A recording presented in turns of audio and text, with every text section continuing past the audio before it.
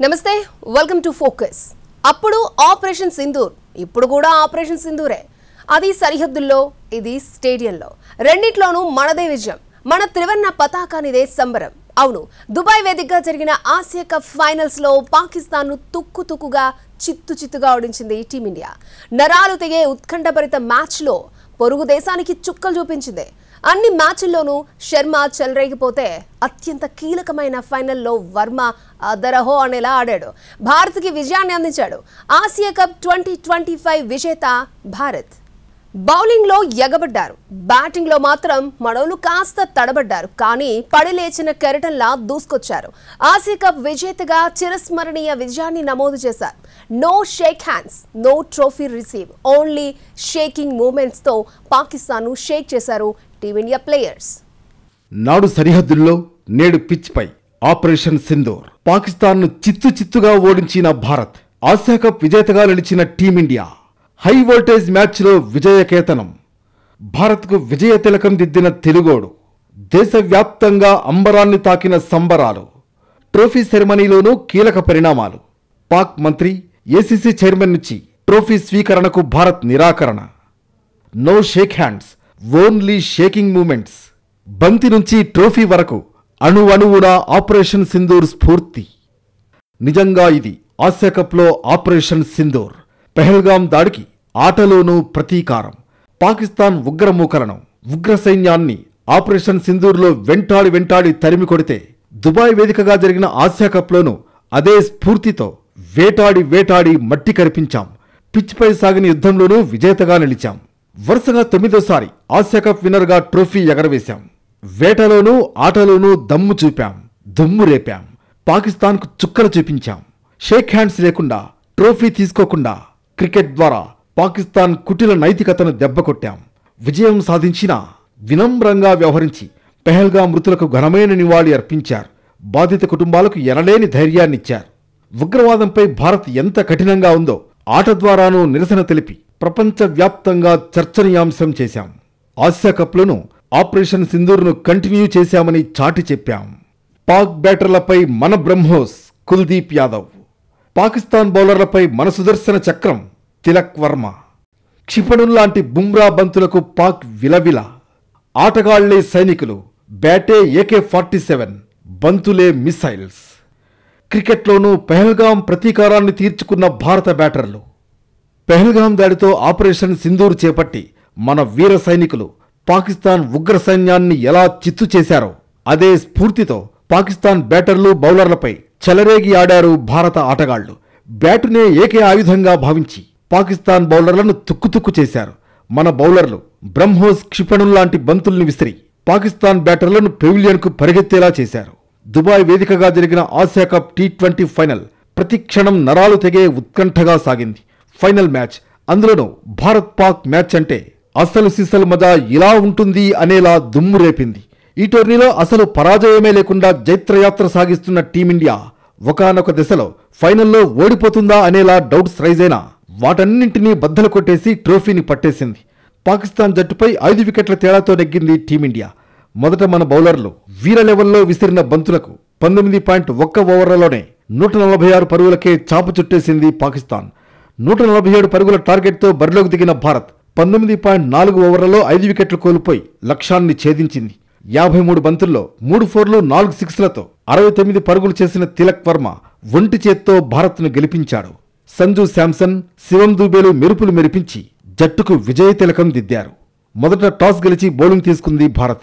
కేవలం 146 పరుగులకే పాకిస్తాన్ బ్యాటర్లను తిరుగుముఖం పట్టించింది.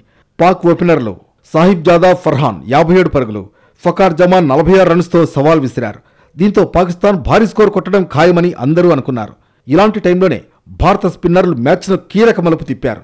కుల్దీప్ యాదవ్ కేవలం 30 పరుగులిచ్చి 4 వికెట్లు తీశాడు. ఒకే ఓవర్లో 3 అవుట్ చేశాడు.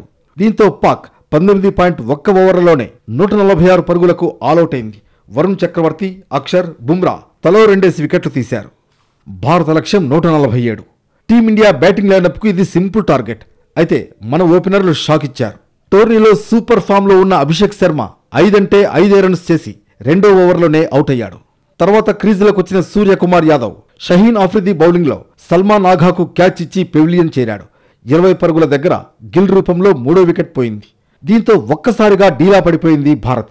అయితే తిలక్ వర్మ, సంజు శాంసన్లు వికెట్ల పతనానికి అడ్డుగా నిలిచారు.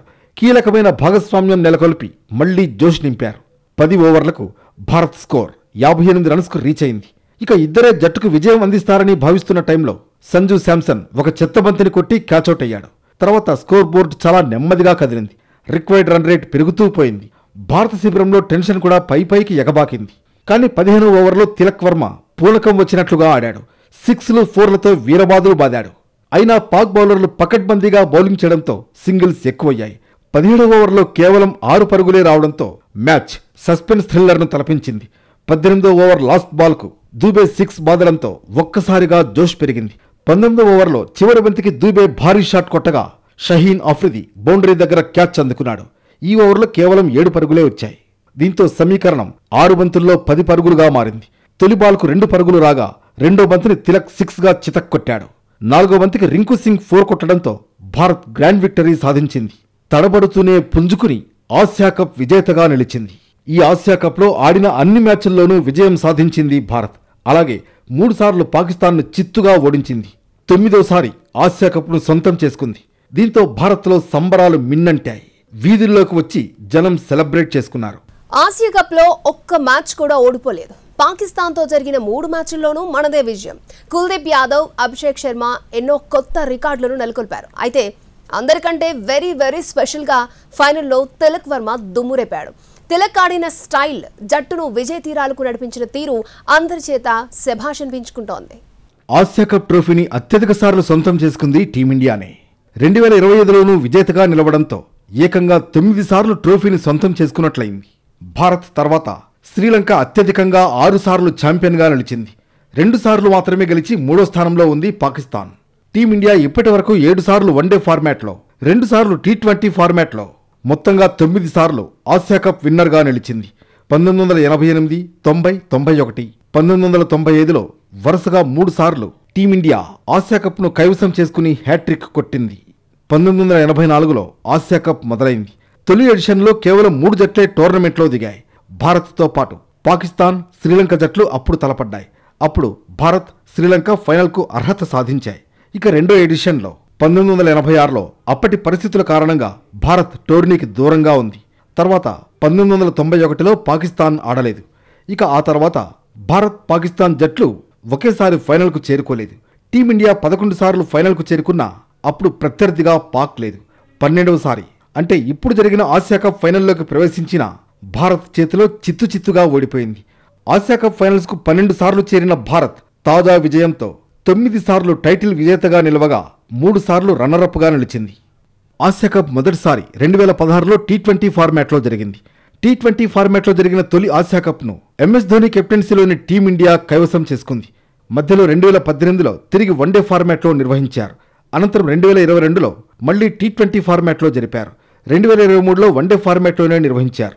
అంటే ఇప్పటి టోర్నీతో కలుపుకుంటే మొత్తంగా ఆసియా కప్ 3 సార్లు T20 ఫార్మాట్లో జరిగింది. ఆసియా కప్లో T20 ఫార్మాట్లో టీమిండియా, పాకిస్తాన్ ఇప్పటి వరకు 6 సార్లు తలపడ్డాయి. 5 మ్యాచ్ల్లో టీమిండియా విజయం సాధిస్తే 1 మ్యాచ్లో పాకిస్తాన్ గెలిచింది. ఐసీసీ టోర్నమెంట్స్లో ఎప్పుడు పాకిస్తాన్పై భారత్దే అప్పర్ హ్యాండ్. ఆసియా కప్లోనూ అదే రికార్డ్. ఈ ఆసియా కప్లో 1 మ్యాచ్లోనూ ఓడిపోలేదు భారత్. ఫైనల్ సహా ఆడిన 7 మ్యాచ్లు గెలిచింది. పాకిస్తాన్తో ఆడిన 3 విజయం సాధించింది.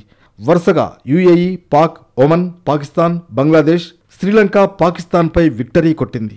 ఆసియా కప్ చరిత్రలో ఒకే టోర్నీలో అత్యధిక వికెట్లు తీసిన బౌలర్గా కుల్దీప్ యాదవ్ రికార్డు సృష్టించాడు. ఈ ఆసియా కప్లో ఏకంగా 17 వికెట్లు తీశాడు కుల్దీప్. అలాగే ఆసియా కప్ టోర్నీలన్నింట్లోనూ 36 వికెట్లు తీసుకున్న ఏకైక బౌలర్గా రికార్డులకెక్కాడు. ఒకే ఆసియా కప్ టోర్నీలో ఎక్కువ పరుగులు చేసిన బ్యాటర్గా అభిషేక్ శర్మ హిస్టరీ క్రియేట్ చేశాడు. 7 మ్యాచ్ల్లో ఏకంగా 314 పరుగులు చేశాడు. ఆసియా కప్ ఫైనల్లో అందరికంటే ఎక్కువగా చెప్పుకోవాల్సింది మన భీమవరం బుల్లోడు తిలక్ వర్మ గురించే. What a performance! ఎంతటి బాధ్యతాయుతమైన బ్యాటింగ్! ఆసియా కప్ ఫైనల్లో భారత్ గెలిచింది అంటే మన తెలుగు తేజం తిలక్ వర్మ పోరాట ఫలితం మెజారిటీ వాటా. వికెట్లు టపటపా పడుతున్న టైంలో సెకండ్ డౌన్లో వచ్చిన ఈ లెఫ్ట్ హ్యాండర్ తిలక్ వర్మ తన హైదరాబాద్ BHEL ప్రాక్టీస్ నంతా రంగరించి ఆడాడు.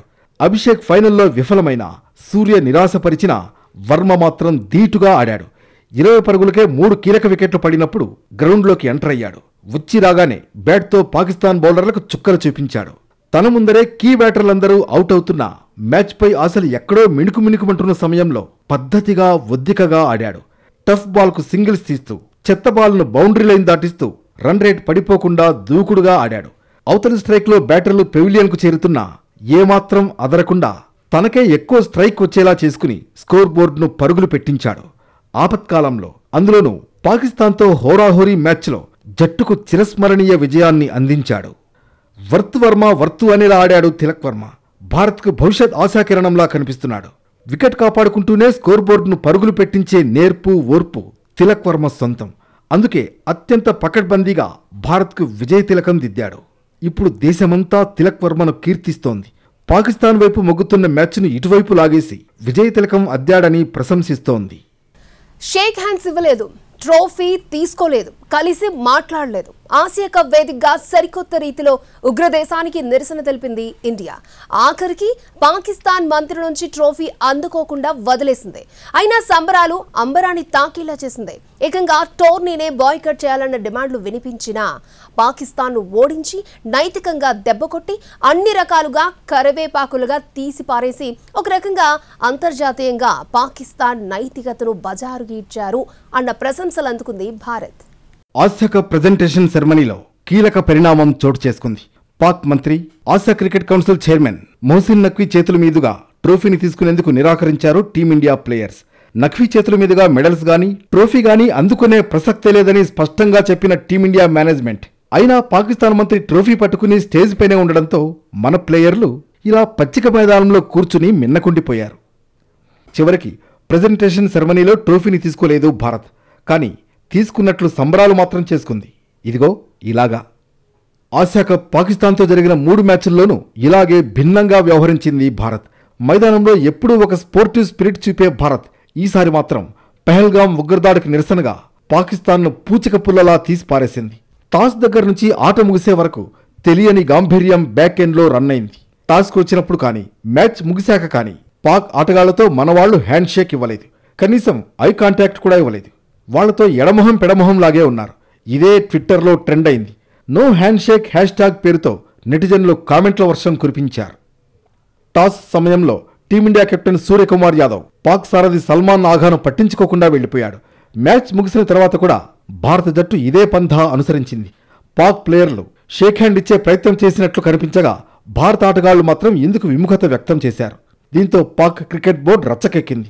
తమను అవమానించారని, క్రీడా స్ఫూర్తికి ఇది విరుద్ధమని గగ్గోలు పెడుతోంది. మ్యాచ్ రిఫరీపై వేటు వేయాలంటూ ఐసీసీకి ఫిర్యాదు చేసింది. కానీ పాక్ను కరివేపాకులా తీసి పారేసింది ఐసీసీ. పెహల్గాం ఉగ్రదాడి బాధిత కుటుంబాలకు సంఘీభావం తెలపడమే తమ ఉద్దేశమని తమ చర్యను టీమిండియా కెప్టెన్ సూర్యకుమార్ యాదవ్ సమర్థించుకున్నారు. అయితే మ్యాచ్ రిఫరీ యాండీ పైక్రాఫ్ట్ నిబంధనల ఉల్లంఘనకు కారణమయ్యారంటూ ఆరోపిస్తూ ఆయన్ను తొలగించాలని Pakistan cricket board Asia cricket సంఘానికి ఫిర్యాదు చేసింది. లేదంటే టోర్నీని బహిష్కరిస్తామని పీసీబీ హెచ్చరించింది. మ్యాచ్ రిఫరీని తొలగించాలన్న పాకిస్తాన్ డిమాండ్ను ఐసీసీ తిరస్కరించింది. కరచాలనం ఇవ్వకపోవడం కొత్తదేమీ కాదు. టెన్నిస్లో, ఫుట్బాల్లోనూ ఉద్రిక్తతలు, రాజకీయ వైరం కారణంగా ఆయా దేశాలకు చెందిన ప్లేయర్లు ఎన్నోసార్లు షేక్ హ్యాండ్ ఇచ్చుకోలేదు. ఇప్పుడు క్రికెట్లోనూ ఆ వినూత్న సంప్రదాయానికి తెరతీసి పాకిస్తాన్ ఉగ్రనీతిని ప్రపంచం ముందు నిలబెట్టింది భారత్. అత్యంత శాంతియుతంగా పాకిస్తాన్ను అవమానించింది. మైదానంలో పాకిస్తాన్ ఆటగాళ్ల చిల్లర వేషాలు అన్నీ ఇన్ని కావు. పాకిస్తాన్ బ్యాటర్ ఫర్హాన్ రెచ్చిపోయి హాఫ్ సెంచరీ కొట్టాడు. హాఫ్ సెంచరీ పూర్తి చేసుకోగానే బ్యాట్ను గన్లా పట్టుకుని షూట్ చేస్తున్నట్లు ఓవర్ యాక్షన్ చేశాడు. ఇందుకు కౌంటర్గా బ్రహ్మోస్ మిసైల్స్ తడాఖా చూశారుగా అని కౌంటర్ చేశాడు అభిషేక్ శర్మ. ఫైనల్ మ్యాచ్లోనూ ఇలాంటి ఆసక్తికర ఘటనే చోటు చేసుకుంది. పాక్ బ్యాటర్ రవూఫ్ను అవుట్ చేసిన బుమ్రా మీ యుద్ధ విమానాలను నేలకూల్చామన్నట్లుగా యాక్షన్ చేశాడు. పాకిస్తాన్ పాల్గొంటున్న ఆసియా కప్ను బాయ్కాట్ చేయాలని దేశంలో పెద్ద ఎత్తున డిమాండ్లు వినిపించాయి. సింధు జలాలు, వాణిజ్య, దౌత్య సంబంధాలతో పాటు ఎన్నో రకాలుగా పాక్తో సంబంధాలు తెంచేసుకున్నామని గుర్తు చేసిన నిరసనకారులు పెహల్గాంతో దొంగదెబ్బ తీసిన పాక్తో ఆటలేంటని విమర్శించారు. ఆసియా కప్ను బాయ్కాట్ చేయాలని డిమాండ్ చేశారు. అయితే ఇప్పుడు ఆట ఆడి మరీ పాకిస్తాన్ను అవమానించామని అందరూ మెచ్చుకుంటున్నారు. షేక్ హ్యాండ్స్ ఇవ్వకుండా, పాక్ మంత్రితో ట్రోఫీ తీసుకోకుండా ఒక రకంగా అంతర్జాతీయంగా పాక్ పరువు తీశారని ప్రశంసిస్తున్నారు. ఆసియా కప్ ఫైనల్లో ఘన విజయం సాధించిన భారత్పై ప్రశంసల జల్లు కురుస్తోంది. ఆసియా కప్పై ప్రధాని మోడీ ఆసక్తికర ట్వీట్ చేశారు. పాకిస్తాన్తో ఫైనల్ మ్యాచ్ను ఆపరేషన్ సింధూర్తో పోల్చారు మోడీ. ఆటల్లోనూ ఆపరేషన్ సింధూర్ అని అభివర్ణించారు. అప్పుడు యుద్ధంలో ఇప్పుడు ఆటల్లోనూ గెలుపు భారత్దేనని కీర్తించారు. దేశవ్యాప్తంగా సంబరాలు అంబరాన్ని తాకాయి. పాక్ను చిత్తుగా ఓడించిన భారత ఆటగాళ్లపై ప్రశంసల జల్లు కురుస్తోంది. మొత్తానికి ఆసియా కప్ టీ20 విజేతగా నిలిచింది భారత్. పాకిస్తాన్తో యుద్ధమే చేస్తున్నట్లుగా పోరాడి గెలిచింది. నో షేక్ హ్యాండ్స్ను ఒక ట్రెండ్ చేసింది. ఆసియా కప్ విజేత భారత్కు భారీ ప్రైజ్ మనీ దక్కింది. టీమిండియాకు 21 కోట్ల రూపాయల ప్రైజ్ మనీ ప్రకటించింది బీసీసీఐ. భారత ఆటగాళ్లు, సిబ్బందికి ప్రైజ్ మనీ చెల్లిస్తామని తెలిపింది. మొత్తానికి ఉత్కంఠ రేపిన ఆసియా వార్ కప్ ఫైనల్లో పాకిస్తాన్ మట్టి కరిచింది. భారత్ విజేతగా నిలిచింది.